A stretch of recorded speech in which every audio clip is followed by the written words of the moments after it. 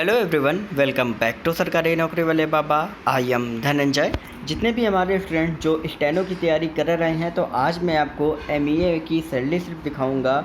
इसमें आपका 4600 grade pay में जो आप स्टेनो बनते हैं, मतलब पर्सनल असिस्टेंट, तो ये आज उनकी सैलरी स्लिप है। और ये जिस एम्प्लॉय की सैलरी स्लिप है उसको ऑलरेडी 2 साल हो चुके हैं। अब यहाँ पे अब आप कह रहे होंगे कि सर 2 साल बाद तो क्या नाम है फ़ॉरेन में पोस्टिंग आ जाती है। तो एक्चुअल में जब आपका कन्फर्मेशन हो जाता है तभी आपको फ़ॉरेन पोस्टिंग दी जाती है। और कन्फर्मेशन लगभग जब आप 2 साल कंप्लीट कर लेते हो उसके लगभग 6 महीने बाद आपका कन्फर्मेशन का आपका लेटर जो है वो आपका आता है। उसी के बाद आपकी जो ज्वाइनिंग होती है फ़ॉरेन की पोस्टिंग दी जाती है। लेकिन यहाँ पर 2 साल ऑलरेडी इस एम्प्लॉय को हो चुके हैं। तो आज भी मैं आपको बताऊँगा कि क्या आपको सैलरी आपकी रहती है और जब आप नए ज्वाइन करते हैं तब आपकी सैलरी क्या रहती है।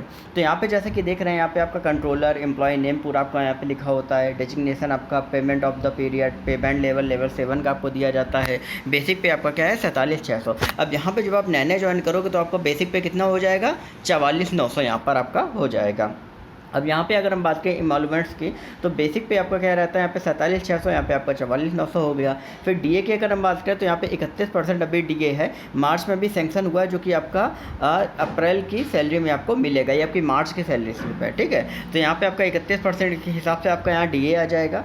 एचआरए यहाँ पे हो गया आपका। अब यहाँ पे दिल्ली में पोस्टिंग होती है तो यहाँ पे एचआरए आपको कितना मिलता है 27%, ठीक है। तो आपका 27% के हिसाब से एचआरए अगर देखा जाए 47,600 पे, तो आपका 12,852 रुपये आपका हो गया।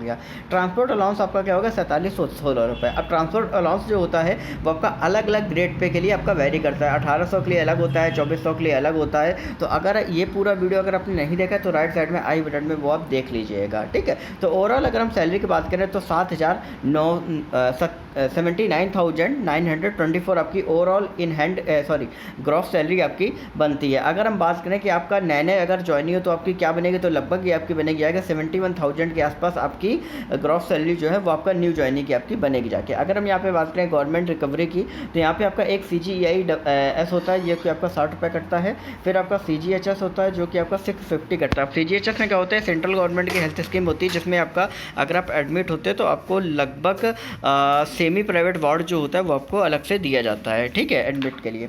अब यहाँ पे NPS की बात करें तो आपका बेसिक प्लस डीए रहता है, जो कि आपका 6535 रुपये आपका ओवरऑल कटता है।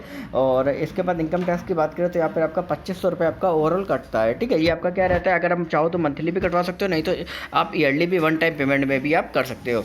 फिर आपका ये सेस कटता है जो कि आपका 60 रुपये आपका रहता है। तो ओवरऑल डिडक्शंस हो गए 9505। अगर हम बात करें आपकी इन हैंड सैलरी की, तो यहाँ पे ग्रॉस सैलरी में आप जो रिकवरी है वो आप घटा देंगे तो आपकी इन हैंड सैलरी आ गई 70,419 रुपये। ये आपकी इन हैंड सैलरी है, वो तब की है जब ऑलरेडी आपको 2 साल हो जाते हैं। न्यू ज्वाइनिंग के लिए मैंने आपको बता दिया क्या क्या क्या चीज़ें आपको करनी, तो आप अपनी सैलरी जो है वो आप निकाल सकते हो, ठीक है। और दूसरी चीज़, अगर इसके बाद आपका क्या होता है, जैसे 6 महीने बाद आपका कन्फर्मेशन हो जाता है, उसके बाद आपका लगभग 2 से 3 महीने में आपके पास अप्रूवल आता है कि आप जाना चाहते हैं फ़ॉरेन कि नहीं जाना चाहते। तो उसके बाद जैसे ही आप यस करते हैं तो उसके बाद फिर फ़ॉरेन आप जाते हैं। फिर वहाँ पे फिर आपकी जो सैलरी होती है वहाँ पे डिपेंड करती है कि वहाँ की जो कंट्री वो किस तरीके की है, क्योंकि अलग अलग कंट्री के हिसाब से अलग अलग आपकी सैलरी जो होती है वो आपकी वेरी करती है। अलग अलग अलाउंस होते हैं जो आपके वेरी करते हैं। तो यहाँ पर ये जो सैलरी स्लिप है आपके दिल्ली में इस एम्प्लॉय की ऑलरेडी पोस्टिंग है, तो जब आप दिल्ली में पोस्टिंग होगी तो आपको इस तरीके से ही आपकी सैलरी जो है वो आपको मिलेगी, ठीक है। और इसमें कोई बाउंडेशन नहीं रहता, अगर आप चाहो तो फॉरेन पोस्टिंग के लिए आप मना भी कर सकते हो, ठीक है। ओके।